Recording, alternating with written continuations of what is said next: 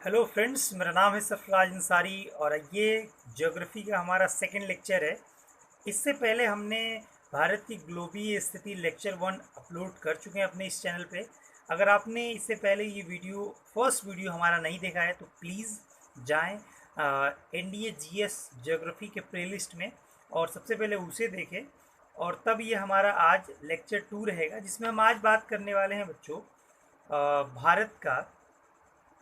Basically आज हम बात करने वाले हैं लेक्चर 2 में भारत का अक्षांशीय और देशांतरीय विस्तार। ठीक है, इससे सवाल एनडीए में लगातार प्रश्न आते रहते हैं, या और भी किसी प्रतियोगी परीक्षा की अगर आप प्रिपरेशन कर रहे हैं तो उसमें भी ये सवाल पूछा जाता है। छोटा सा टॉपिक है बट इम्पॉर्टेंट है। चलिए शुरू करते हैं। सबसे पहले हम लोग जानेंगे बच्चों भारत का अक्षांशीय विस्तार के बारे में। भारत का अक्षांशीय विस्तार कि भारत का अक्षांशीय विस्तार कितना है। पिछले क्लास में हमने डिस्कस किया था कि भारत पूरे ग्लोब पे, पूरे विश्व में काल्पनिक अक्षांश और देशांतर रेखा खींचा गया है, जिससे कि हर देश की स्थिति और समय का निर्धारण किया जा सके। ठीक है,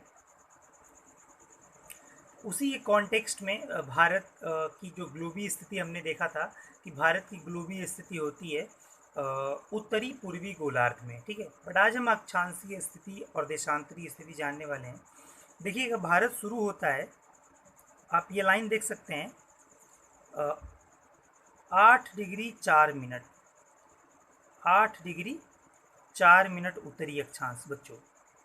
8 डिग्री 4 मिनट उत्तरी अक्षांश से लेकर के 37 डिग्री 6 मिनट उत्तरी अक्षांश तक। ठीक है, 8 डिग्री 4 मिनट उत्तरी अक्षांश अर्थात नॉर्थ से लेकर के 37 डिग्री 6 मिनट नॉर्थ तक। ये ध्यान रखेंगे, ये अक्षांशीय विस्तार है। 8 डिग्री 4 मिनट नॉर्थ से लेकर के 37 डिग्री 6 मिनट नॉर्थ। ध्यान दीजिएगा, आपको लगेगा कि सर ये दक्षिणी बिंदु है, फिर भी आप इसमें नॉर्थ लगा रहे हैं, तो इसके पीछे का जो रीज़न है कि भारत की जो स्थिति है वो उत्तरी गोलार्ध में है, इसीलिए नॉर्थ टू नॉर्थ पढ़ा जाता है। ठीक है, तो 8 डिग्री 4 मिनट उत्तरी अक्षांश से लेकर के 37 डिग्री 6 मिनट उत्तरी अक्षांश तक। अच्छा, अब समझने वाली बात यहाँ पे ये है कि ये भारत का सबसे दक्षिणी बिंदु है बच्चों। ध्यान रखेंगे, भारत का सबसे दक्षिणी बिंदु 8 डिग्री 4 मिनट नॉर्थ। ठीक है, और ये पड़ता कहाँ है, इस बिंदु का नाम क्या है? तो इस बिंदु का नाम, ये जो पॉइंट आप देख रहे हैं यहाँ पे, ये जो आप पॉइंट देख रहे हैं ना, ये इसका नाम है बेसिकली कन्याकुमारी। कन्याकुमारी। तो सवाल बनेगा कि भारत का सबसे दक्षिणी बिंदु कौन है? तो भारत का सबसे दक्षिणी बिंदु कन्याकुमारी है। ठीक है, और ये दक्षिणी बिंदु कन्याकुमारी स्थित कहाँ है? तो स्थित है हमारा तमिलनाडु में। ठीक है, सो ध्यान रखेंगे बच्चों कि भारत का जो सबसे दक्षिणी बिंदु है वो कन्याकुमारी है, 8 डिग्री 4 मिनट उत्तरी अक्षांश पर, और ये अवस्थित कहाँ पे है? तो तमिलनाडु में। ठीक है, उत्तरी बिंदु की अगर हम बात करें तो भारत का जो सबसे उत्तरी बिंदु है वो अक्षांशीय दृष्टि से 37 डिग्री 6 मिनट उत्तरी अक्षांश है। ठीक है, और इसे कहा जाता है इंदिरा कॉल। ध्यान रखेंगे, इसे क्या कहा जाता है? इंदिरा कॉल।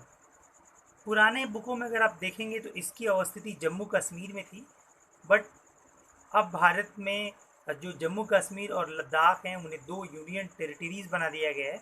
इसीलिए ये जो सीमा आप देख रहे हैं, ठीक है, ये जो सीमा देख रहे हैं ये आपका लद्दाख का क्षेत्र है, ये लद्दाख का क्षेत्र है, और इसके इधर आपका जम्मू कश्मीर है। राइट, तो इंदिरा कॉल जो बिंदु है वो आपका लद्दाख में अवस्थित है, और लद्दाख एक यूटी है। तो ध्यान रखिएगा, कौन सा ऐसा केंद्र शासित प्रदेश है जिसमें भारत का उत्तरी अक्षांश या उत्तरी बिंदु अवस्थित है? तो लद्दाख है, आप ध्यान रखेंगे। ठीक है, तो बच्चों यहाँ से जो ध्यान रखने वाली बात ये है कि सबसे दक्षिणी बिंदु कन्याकुमारी और सबसे उत्तरी बिंदु इंदिरा कॉल जो लद्दाख में अवस्थित है। 8 डिग्री 4 मिनट उत्तरी अक्षांश से लेकर के 37 डिग्री 6 मिनट उत्तरी अक्षांश तक। तैयार करने का सबसे सिंपल सा तरीका है कि पेन और पेपर लेकर के आप भारत का नक्शा बनाइए अपने हाथों से और ये पॉइंट उसमें डिनोट कीजिए सेम इसी तरह से। ठीक है, अगर आपको बनाने में टाइम लग रहा है तो वीडियो को पॉज करें और पॉज करके रोक करके आप ये चीज़ नोट डाउन करें, बिकॉज सिर्फ वीडियो देखने से कुछ होने वाला नहीं है। आप खुद नोट डाउन कीजिए, फिर जाके आप आगे बढ़िए। गाइज, तो ये रहा हमारा अक्षांशीय विस्तार। अब हम देखते हैं देशांतरीय विस्तार के बारे में। ठीक है, भारत का देशांतरीय विस्तार। ठीक है बच्चों, भारत का देशांतरीय विस्तार क्या है? तो देखिए, ये है भारत का सबसे ये पूर्वी बिंदु। ठीक है, पूर्वी बिंदु। ठीक, और ये है आपका पश्चिमी बिंदु। राइट, ऑलरेडी हमने यहाँ पे लाइन खींच रखा है। जो देशांतर है, आपको पता है कि लंबवत जो रेखाएं होती है उन्हें हम लोग लॉन्गिट्यूड कहते हैं, अर्थात देशांतर कहते हैं। तो ये चालू है आपका 68 डिग्री 7 मिनट पूर्वी देशांतर से लेकर के 68 डिग्री 7 मिनट पूर्वी देशांतर से लेकर के 97 डिग्री 25 मिनट पूर्वी देशांतर तक। 97 डिग्री 25 मिनट पूर्वी देशांतर तक। ठीक है, भारत की अगर सबसे पूर्वी बिंदु की बात किया जाए बच्चों, भारत की जो सबसे पूर्वी बिंदु है वो है किबिथु। ध्यान दीजिएगा, किबिथु, ये आप याद रखेंगे। भारत का जो सबसे पूर्वी बिंदु है वो है किबिथु।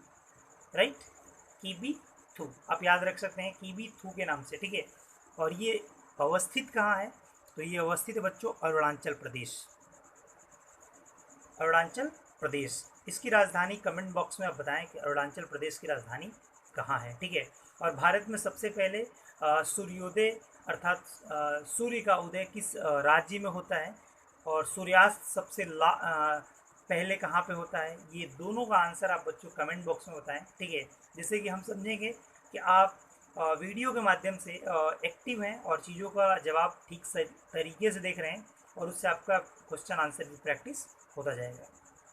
सो गाइस, अरुणाचल प्रदेश में पूर्वी बिंदु किबिथु। पश्चिमी बिंदु की अगर हम बात करें तो पश्चिमी बिंदु कहा जाता है गुहार मोती। ठीक है, क्या कहा जाता है? गुहार मोती या गुहार मौता भी कहा जाता है किसी किसी बुक में। तो इस बात का तनाव नहीं लेना है कि सर उसमें तो गुहार मौता है, इसमें तो गुहार मोती है, ऐसा कुछ नहीं है। ठीक है, गुजरात में अवस्थित है बिंदु। ठीक है, तो सवाल बनता है कि भारत का सबसे पूर्वी राज्य कौन सा है? अरुणाचल प्रदेश है। भारत का सबसे पश्चिमी राज्य कौन है? गुजरात है। भारत का सबसे राइट, भारत का सबसे उत्तरी राज्य कौन सा है? ये मैं इरेज कर ले रहा हूँ। ठीक है, जिससे कि आपको समझने में आसानी रहेगी। भारत का सबसे उत्तरी राज्य कौन सा है? बेसिकली केंद्र शासित प्रदेश है, लद्दाख है। और भारत का सबसे दक्षिणी बिंदु या राज्य कौन सा है? तो तमिलनाडु है। याद रखेंगे, इनसे सवाल बनता है। सारी चीज़ को आप वीडियो को रोक करके नोट डाउन करें, तभी आगे बढ़ें, तभी आप इस वीडियो लेक्चर का बच्चों लाभ ले सकते हैं। ये रहा हमारा लेक्चर 2 अक्षांशीय विस्तार और देशांतरीय विस्तार के बारे में।